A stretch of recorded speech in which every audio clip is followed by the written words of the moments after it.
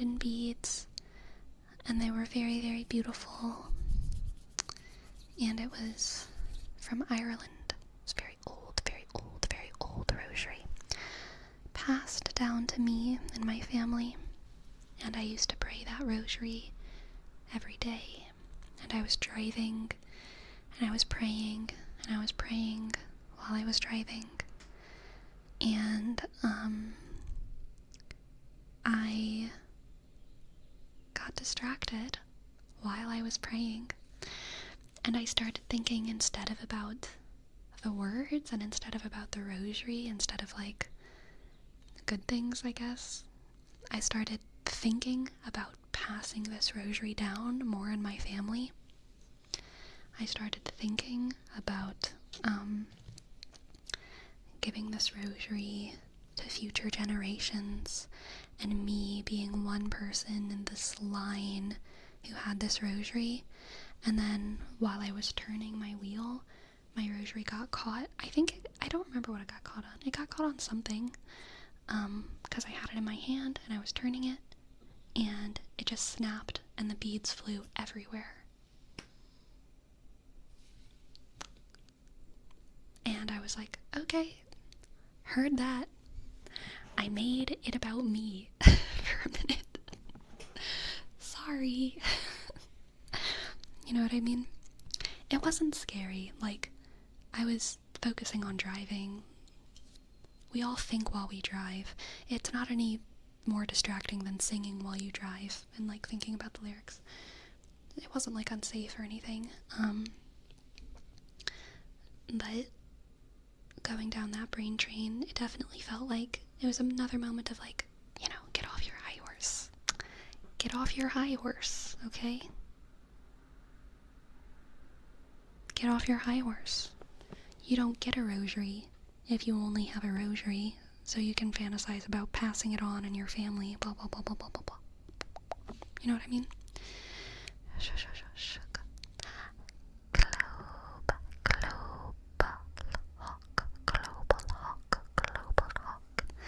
Thank you. Thank you for your sub. Tier 3 sub? Oh my goodness. Thank you so much, Global. Thank you, Global, for your tier 3 sub. That's crazy. Thank you. Thank you. GL0 B Porsche LH Porsche W K. Thank you, thank you. I'm actually Noxier. Oh. Sneaky. Hello, Noxier. Did you get it fixed? No, I did not. Isn't that what God wants to? He wants, though, be fruitful and multiply? Yeah, sure, but I was making the rosary like an ego trip, which I don't think is what God wants. Exactly, Jerome. That's exactly what I feel like it was. Totally. It was a way to call for your attention to be in the prayer and not in the significance of the heirloom, so it feels like a deep one. Yeah. Exactly.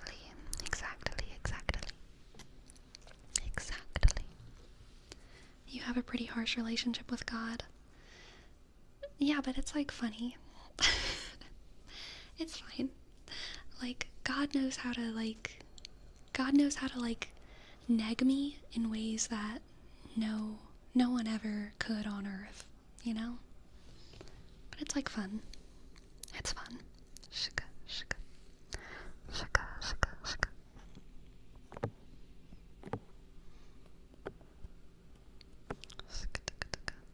And God, is actually deserving of his status, you know? Whenever people have a God complex, so cringe, so annoying, whenever people think they're, all-powerful and they know everything, and, you have to listen to what they say about every single thing, and, they don't know how to ever admit that they're wrong, and, blah, blah, blah, blah, blah, very cringe, very annoying, very uncool. But, God doesn't have a God complex. He, actually is God for me. So, it's, kind of he's, allowed. He's allowed to, like, know everything and be right about everything. And I always do have to be the one to admit that I'm wrong. And that's okay. It's kind of nice for there to be one personality in my framework of life who actually is always right, who I never have to wonder, like, am I the smarter person or am I just being gaslit? I never have to worry about that with God. I'm never being gaslit. Now, that is my relationship with religion. I know other people have very different conceptions of truth and religion and blah blah blah blah blah, but that is a relationship that makes me feel like I have fun, and it makes me engage healthily with religion, I think, and also the world and people around me. So I'm cool with it.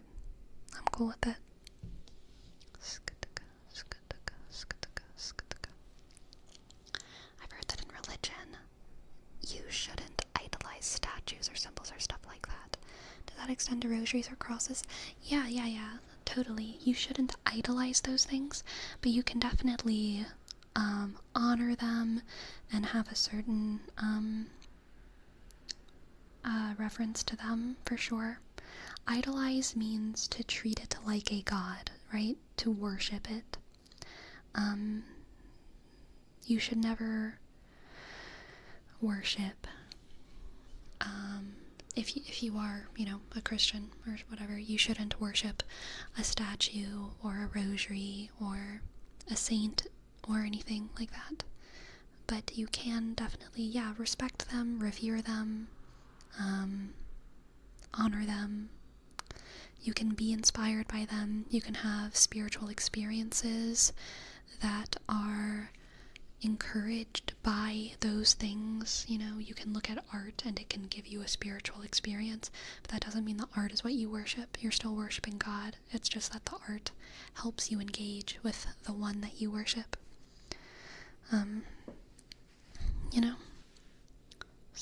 So is it okay to have religious figures around the house? Yes. It depends on your religion. There are some Christian religions that aren't okay with that. But I do believe that most Christian denominations are okay with it.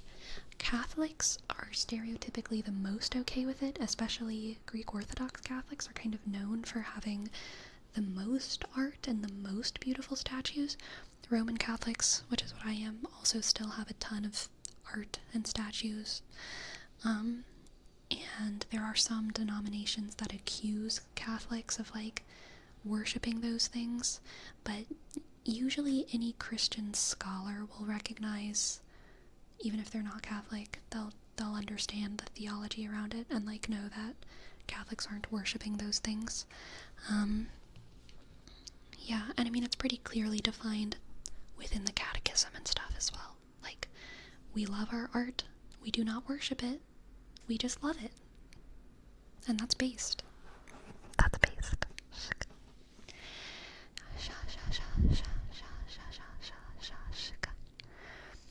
I'm Baptist, and me and my Catholic friend were talking about the differences in our Bible. Blew both our minds. Yeah, it's always very interesting, Bones. I'm Lutheran. Nice. Noxier. Hello, Noxier. Thank you for your sub, Noxier. Thank you. And 0, shik, x, click, 1, sk, r, sk. Thank you, I appreciate it. Thank you.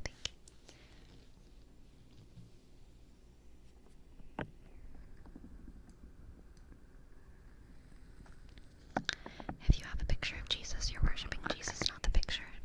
Exactly. What about praying to a saint's figure? I've seen people doing that either in churches or to ones that they have in their houses. Is it okay, or would that be considered worshipping the statue? Praying in the direction of something does not mean you are praying to the thing. And Catholics are usually pretty careful to specify that they don't pray to saints, they pray with saints. And you can totally face a statue of a saint and venerate that saint. And call upon that saint to help you with your issue. But whenever a saint helps, whenever you pray with a saint, what you're basically doing is asking the saint to pray for you so that you're not praying by yourself. Calling upon a saint is similar to asking a friend to pray with you. Saints are your friends. You just know that they're in heaven. It's totally fine. It's totally fine to, like, look at a statue of Saint Francis, and looking at the statue can help you focus on Saint Francis and help you focus on the prayer, but you're still not worshipping Saint Francis. You are asking for Saint Francis's help in praying to God, who you worship. So that is the Catholic conception of saints and whatnot, and whatnot, and whatnot.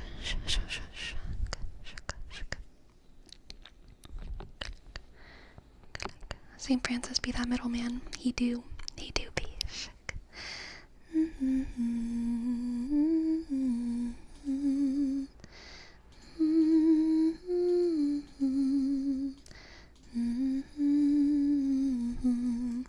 For Jimmy Neutron, we have a word rap for Daria. And M Constant, thank you for your sub. Thank you. I appreciate it. M Constant. M C O N S T A N T for 2. Thank you, I'm Constant, for your tier 1 sub for 9 months. Amazing. Thank you.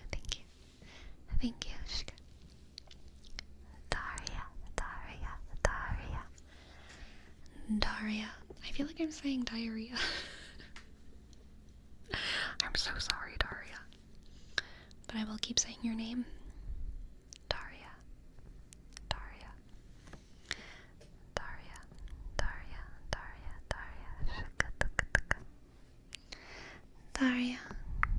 Yeah, it's been said. It's okay.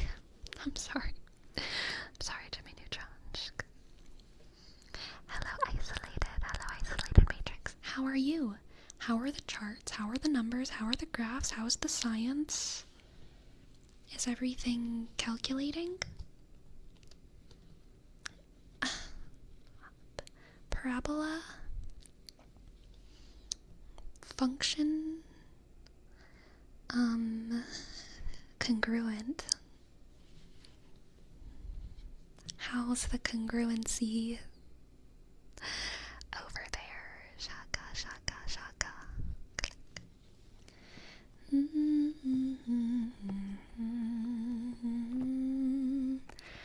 That's a thing that's always been interesting to me, the differences in Bibles in different religions, because I used to confuse me quite a lot. Actually, Jose, we can tie that back to the sin of scrupulosity, okay? We can tie that back to the sin of scrupulosity. Even though it's important to understand one's faith, global hawk, knocks here. Global hawk, thank you for gifting 2 subs. I appreciate it. Thank you. G, click. L, 0, shuk.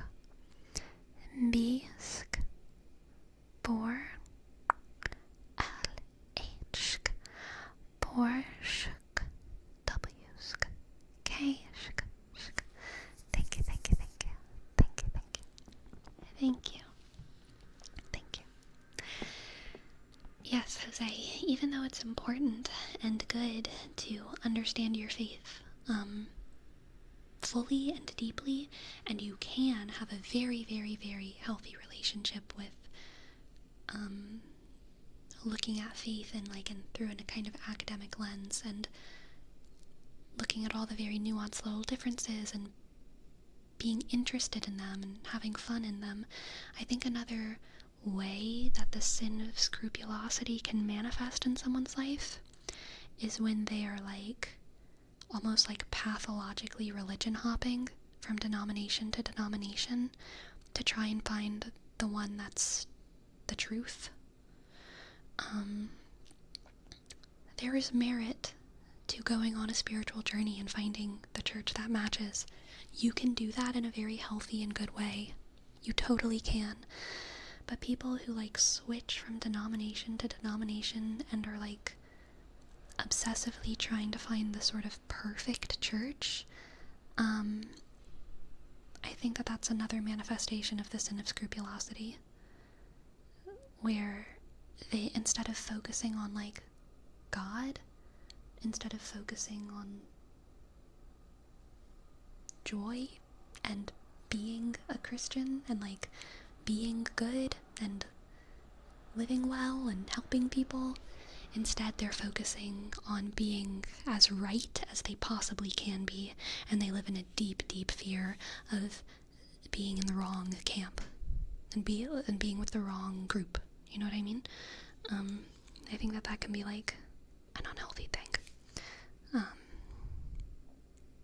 Yeah.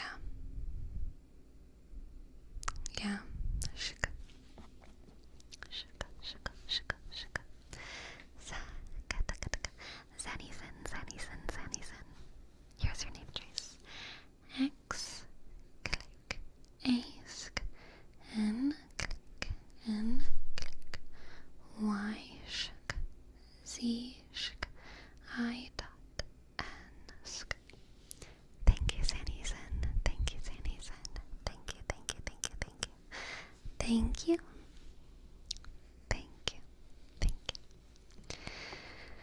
Shaka.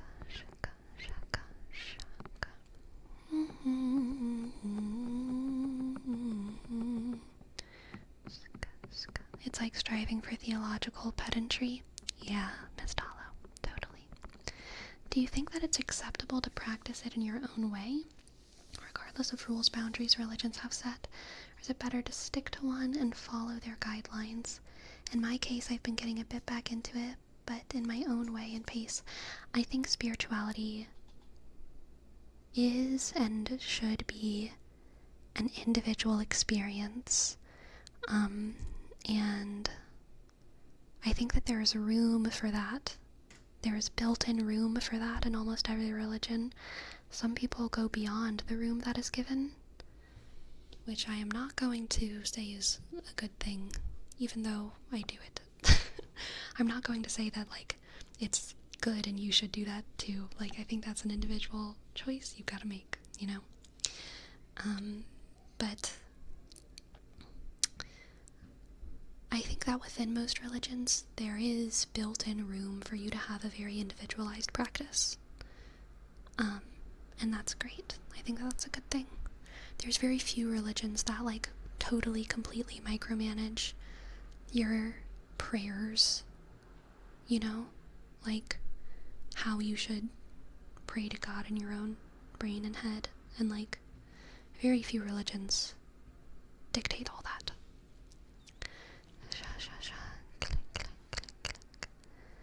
But you'd do the same thing. For example, if you moved to a new state, city, wouldn't suddenly go to a Protestant church because it was the closest, would you?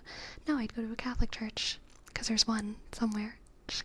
And anonymous, and then M constant. Thank you. Thank you so much for gifting us up. Thank you, Anonymous, for gifting us up, and M Constant for gifting 5 subs. Amazing. Thank you, M Constant. Thank you, M Constant. M, click, C, O, N, S, T, shk, A, N, click, T, sk, 4, shk, 2.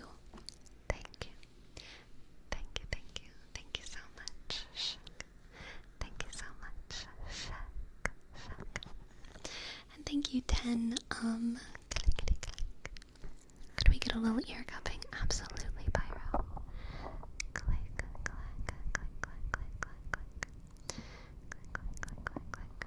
To answer your question more fully, isolated matrix.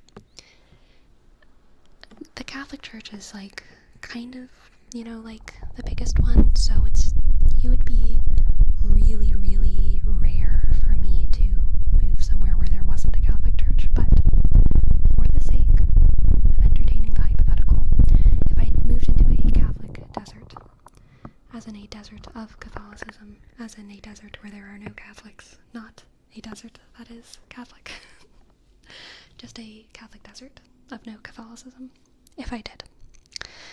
I love English. If I moved into a Catholic desert where there were no Catholics, despite its name implying that there's Catholics everywhere, that's actually not what I mean. I mean a Catholic desert of everything except for Catholicism being present. If I moved into a Catholic desert, there are strategies built into the Catechism of how to practice Catholicism in circumstances where you cannot do it conventionally. For me to start going to Protestant churches would be for me to start partaking in a spirituality that was not my own and that was not authentic, and it wouldn't be me being obsessive about being right. It would be me knowing that I was doing something that I didn't believe in on a much more holistic level. It's not like, oh, this church has 9 out of 10 things right, so I want to go do something else. It's like, going to a Baptist church would be a very, very different experience from going to a Catholic mass. They would have 1 out of the 10 things that I would want. Also, again, there are ways to practice Catholicism even if going to church is completely inaccessible to you. It's why we have things like rosaries and the Liturgy of the Hours. There are plenty of stories of devout Catholics being in various sorts of prisons and still fully practicing their faith. And I would do something like that. I would do the Liturgy of the Hours, I would pray my rosaries, I would do my Our Fathers. My spiritual practice would definitely be changed at that point, but I would stay Catholic, and that would feel good to me.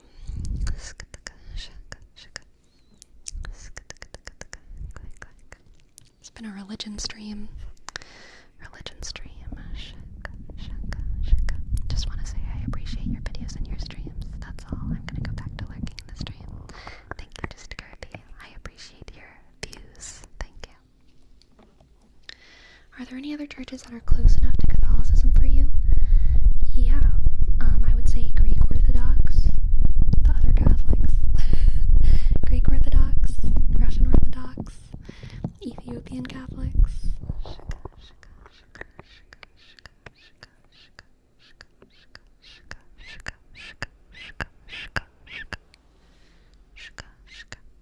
Low volume on left ear with cup. I don't know how to interpret that as Strecticon. Is it better? Is it better? Is it better? Is it better? Is it better? Is it better? Oh, I thought they were very different. That's interesting. They're similar enough for me. They're similar enough.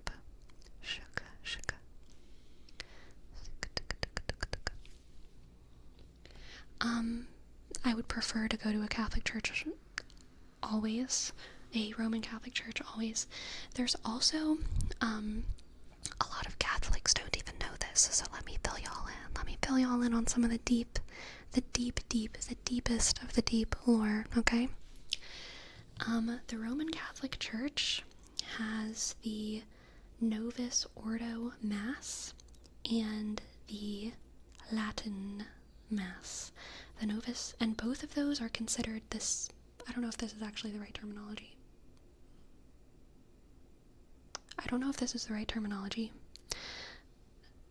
But I think it is. I think they're both considered different forms of the same liturgy.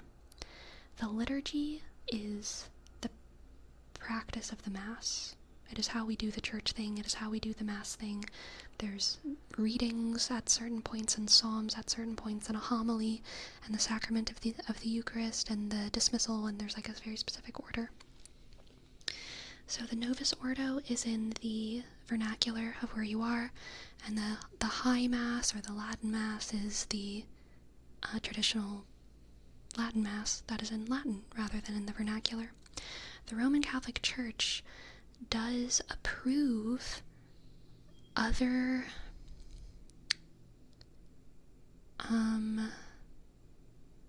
groups of Catholics, and I can't remember the names of them.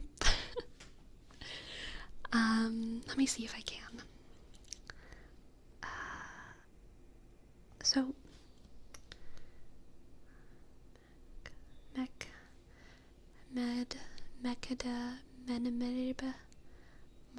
there's other liturgies that the Catholic Church approves, and the vernacular for that is that they're in union with Rome or in union with the Catholic Church.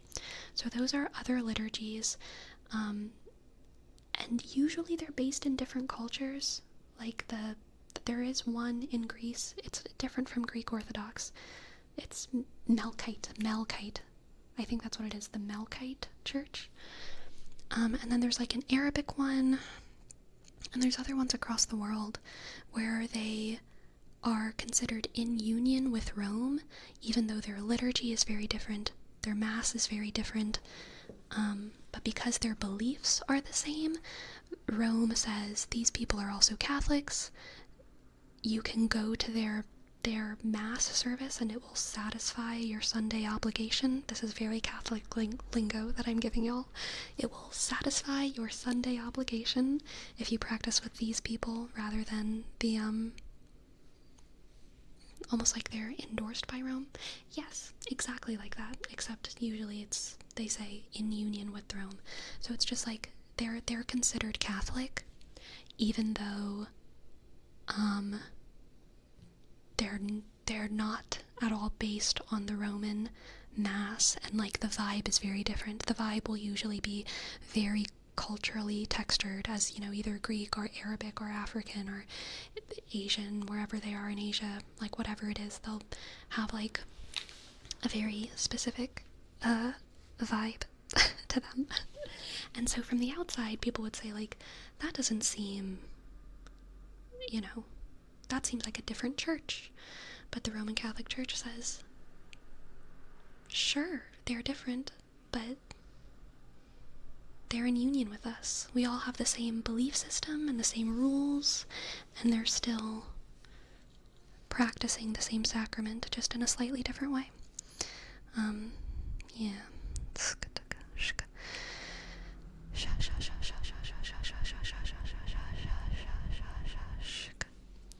Like partner churches. Kind of.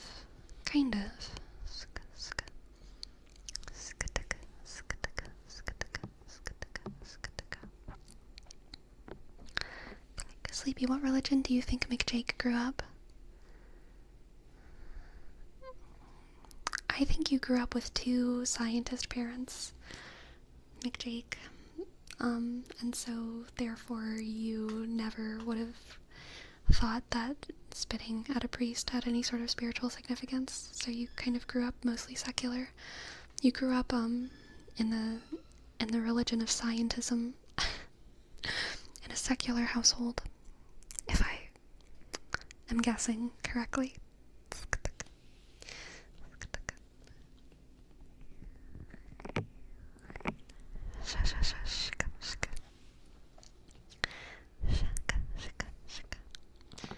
I grew up Reformed Judaism. Interesting. Okay, I could see that. Interesting. What religion do you think I grew up? I'm not gonna guess everyone's religion. I shouldn't have tried to guess for McJake. I shouldn't have set that standard. I feel like that could get problematic, trying to guess people's religions.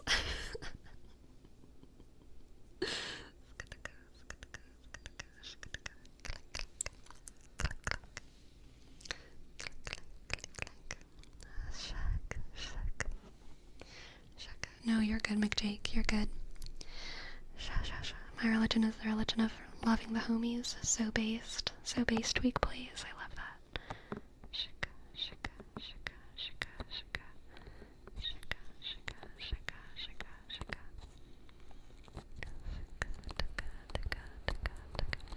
maybe you said it at the beginning, but were you able to see some solar activity over there?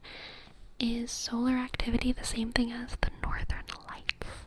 Because I got to see the northern lights and they were amazing. So beautiful, so beautiful, so beautiful. Yes. Solar activity? I didn't know the northern lights had something to do with the sun. Solar corona ejections. Solar made coronavirus? What? What? The sun made coronavirus? I didn't know that. Why did another one tell me? I was on the sun's side this whole time. Heck. Maelstrom. Thank you for your sub. Shaka. Thank you, thank you, thank you. Thank you, Maelstrom. Click, click. Ask. Ishk. L_. Stishk. Arsk. 0. Amshk. Amshk. Auric Maelstrom. The only Dark Tide levels I play. Shk. What do you think of the Western branch of American Reform Presbylutheranism?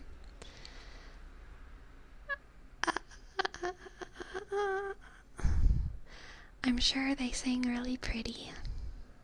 I'm sure they sing real pretty songs. I'm sure they raise their voices for the Lord. And I bet there's many lovely fresh lemonade parties that I hope I get invited to one day. Totally off topic. Would you ever consider VTubing? Hell yeah, Asher. Hell yeah, I would. I love Vtubers. I love Vtubers. I'm VTuber trash. I would love to VTube, but it seems so hard to get into that. There's so much technology to learn. I'm deeply intimidated. But yeah, I'd love to. Ultra Player 69. Thank you. Thank you, Ultra Player, for your sub for your 4-month streak. Usk LD click Arshk Ashk Bisk L-Ask Ysk E Arshk 696 9. Thank you.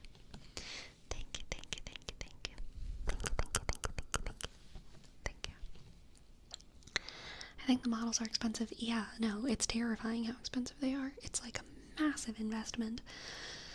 So I don't know about all that, but it would be fun.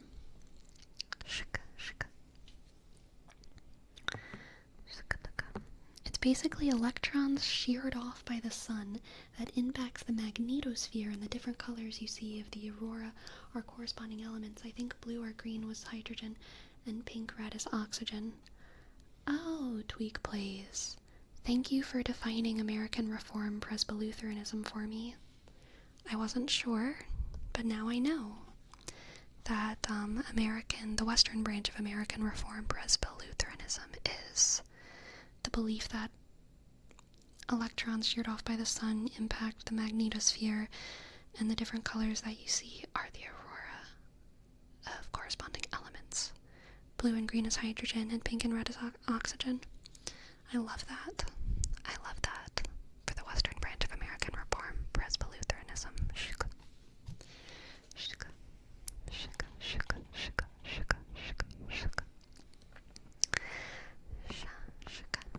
Do you watch VTuber content? Yes. I love Iron Mouse. And there's other VTubers that I watch kind of on and off. Neanners. What VTubers am I subbed to? Or follow?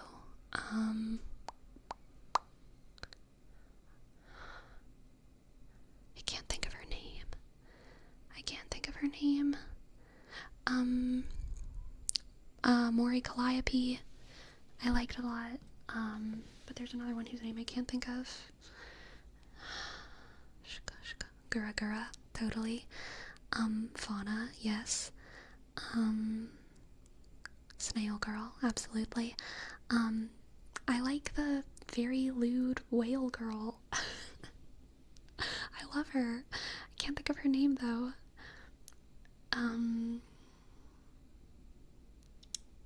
But she's hilarious. Womp Womp, yes, Womp Womp, Womp Womp. You know Neatrix. You Neatrix. Shy Lily, Shy Lily, Shy Lily. I love Shy Lily. Amazing. Womp Womp. Womp Womp, Womp Womp, Womp Womp. I was on this Korean girl's video and saw she tagged you in her bio. I'm flattered. Thank you for letting me know, Stitching.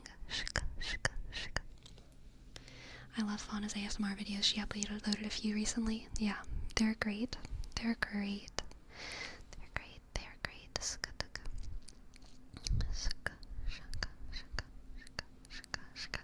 If I had to guess, I would think Neatrix does like them. If you can judge covers by their books, I can do the same by their emotes. Very fair. That's fair for home. That's fair.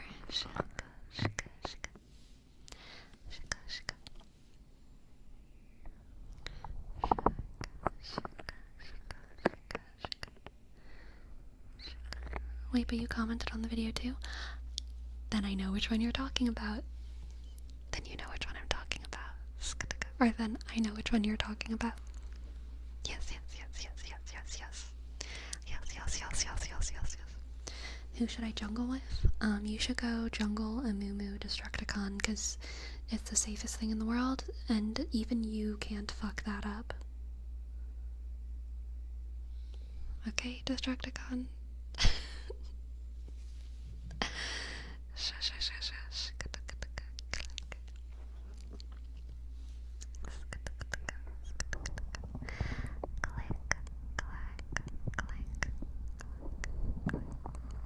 Sleepy, I don't appreciate it when you mock me like that. That was not mocking. That was teasing. I didn't pretend to be you. Okay? Let's use our words with a little bit more specificity, Destructicon, okay? Let's be careful. Let's be careful now with the words that we use.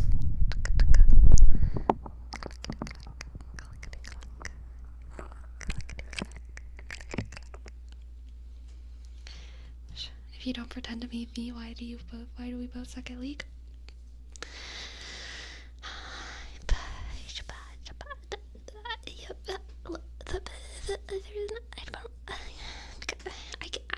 I suck of my own accord.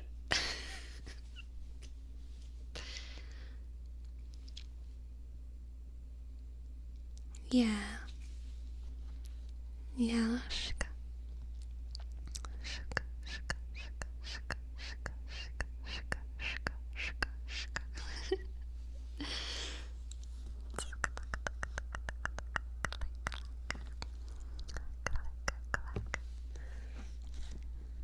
Exactly, Jerome.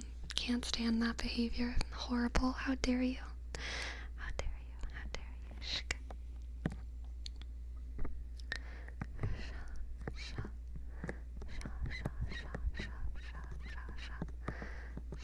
I see you laughing. You approved it? No, I wasn't laughing at you, Jerome. I was laughing at, everyone else. I was laughing with everyone else, really.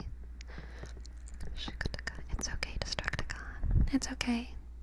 Hey, listen up, everyone. It's okay to cry. It's okay to be sad, because you're really bad at video games. It's okay.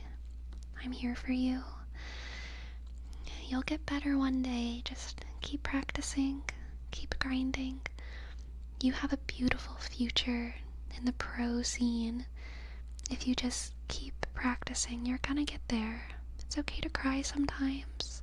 It's okay to break down. It's okay to grind for 18 hours straight and never win a single game. It's okay to wake up and do it again. It's okay to spend all of your money on League of Legends skins to try and compensate for never being able to land any skill shots. It's okay to go for style points when you can't go for skill. I'm here for you. You can listen to this ASMR and know that I believe one day you will get good. One day you will win. One day the gap will be between you and the enemy, and you're gonna say it first. It's okay. You'll get there. Just keep practicing. Keep trying as hard as you can. And I'll be here to cheer you on. No matter how many games you lose. No matter how many times you break down in tears. No matter how many times you uninstall in a fit of rage, I'll be right there with you to click the reinstall button. It's okay to start over. It's okay to keep trying. You'll be a pro eventually. I believe in you. I believe in you. I believe in you.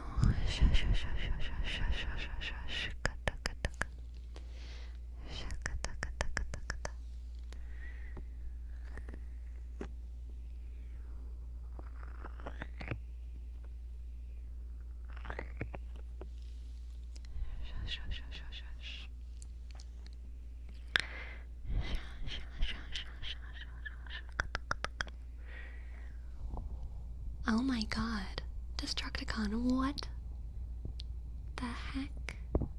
It's that time. I thought I still had like 2 hours left, y'all. It's time for the stream to end.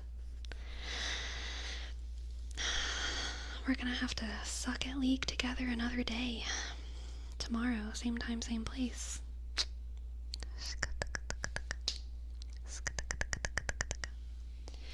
Sleepy, did you see those books on Discord? I did. Isolated Matrix. They looked really, really cool. Honestly, all of them looked super cool to me.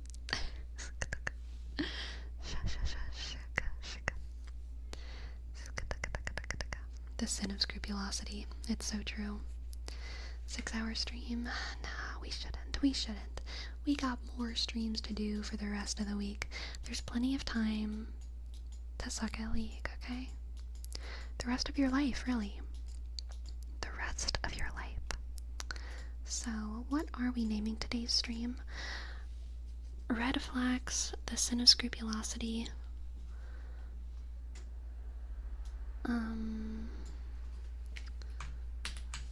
Red Flags, the Sin of Scrupulosity. I like those two. The last one I don't think was quite enough of a topic.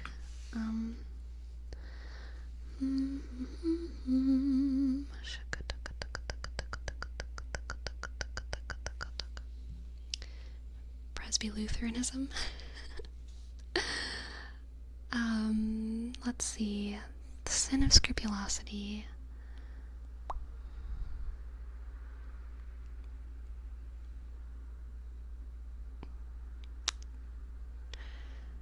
Pick-up hippies? Pick-up hippies? Pick-up hippies? Pick-up artist hippies?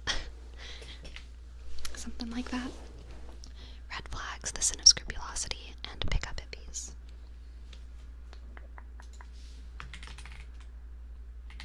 Pick-up Hippiestry.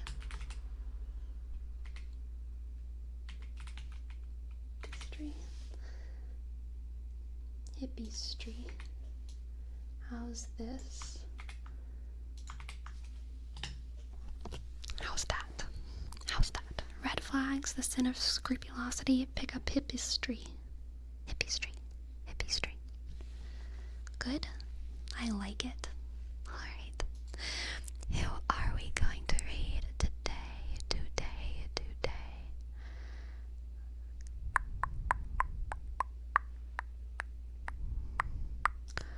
Barely Average Joe is streaming. Yes, let's read Barely Average Joe. Let's read Barely Average. Raid Shy Lily, is she streaming? god.